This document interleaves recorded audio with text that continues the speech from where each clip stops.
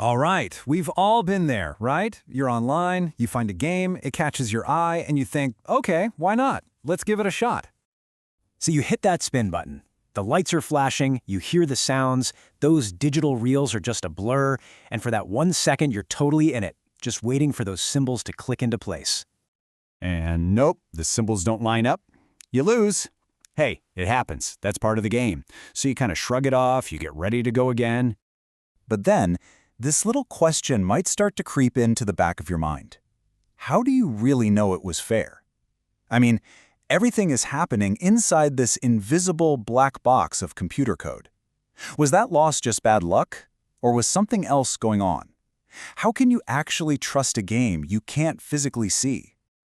Well, if you scroll all the way to the bottom of most of these casino sites, you'll usually find a clue. A little logo, maybe a stamp of approval from a company you've probably never even heard of, like eCagra or iTech Labs. That tiny little graphic has a huge job to do. It's meant to be your parachute of trust as you're falling through this anonymous digital world.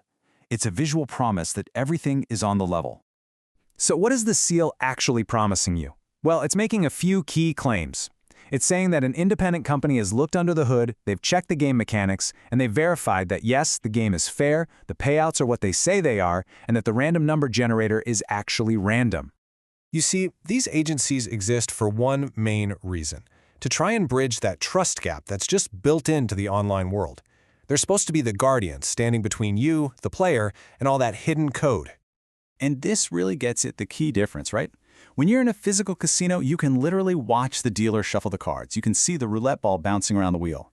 But online, all of that action is invisible, happening on some server somewhere you'll never see.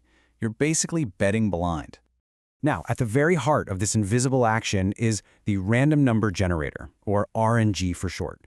The best way to think about it is like a digital dice roll, but on a whole other level of complexity. It's a super complex algorithm that's designed to spit out a string of numbers that is so random, it's impossible to predict what's coming next. This is what's supposed to ensure every single spin is fair. Another term you'll see thrown around is return to player, or RTP. This is basically the theoretical percentage of all the money bet on a game that it will pay back to players over a very, very long time. So, for instance, a game with a 96% RTP is programmed to return about 96 cents for every dollar that's wagered, over millions and millions of spins. And the auditors, their job is to check that the code actually matches that advertised RTP. So, in theory, these testing agencies are your advocate. They're supposed to be the ultimate guardians of fairness for the player.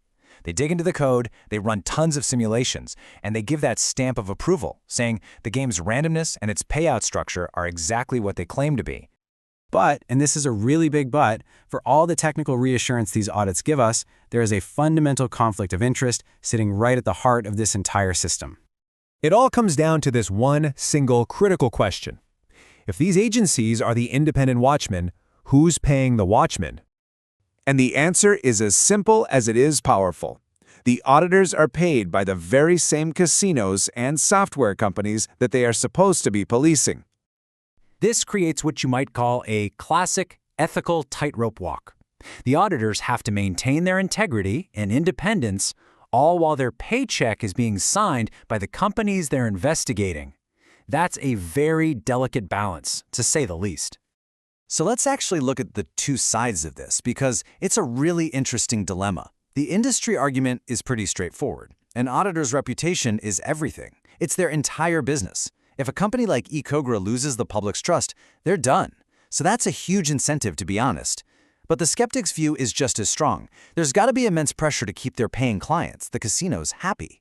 Imagine finding a major flaw that could shut a client down. That's not just a lost contract, that's a massive financial hit for everyone involved. So, where does this leave you, the average player? The idea isn't to just throw these certifications out the window, but to really understand what they can and can't do. How can you navigate this tricky landscape of trust? Okay, here's the best way to think about it. A seal is a check that a game meets a minimum technical standard. It's confirmation that the math behind the game works the way it's supposed to. What it is not, however, is a guarantee that the casino itself is an ethical, perfect company. It's not a promise about how they'll actually treat you if you win. For example, that technical audit isn't going to tell you if a casino is known for making it a real headache to withdraw a big win. It won't tell you if they have a reputation for cracking down on players who start winning consistently. These are crucial parts of trust that a technical audit just doesn't touch. And this really brings us to the main takeaway here. A logo at the bottom of a web page is a starting point. It's not the finish line. True trust isn't something you can buy from an auditor. It's something that's earned over time through a company's actions and its public reputation. So let's make this super practical. Here is your smart player checklist. First, yes, absolutely look for those seals. They are a baseline standard, and not having one is a huge red flag. But number two, don't stop there. You've got to dig deeper. Read what other players are saying in independent reviews. Check the news. And third, judge their track record over time. In the end, this all leaves us with a much bigger question about what trust really means in our digital world. In a place full of invisible code and shiny digital promises, a seal of approval can make us feel secure. But real wisdom comes from understanding who's giving out that seal and why. And only then can we really start to figure out what trust actually means online.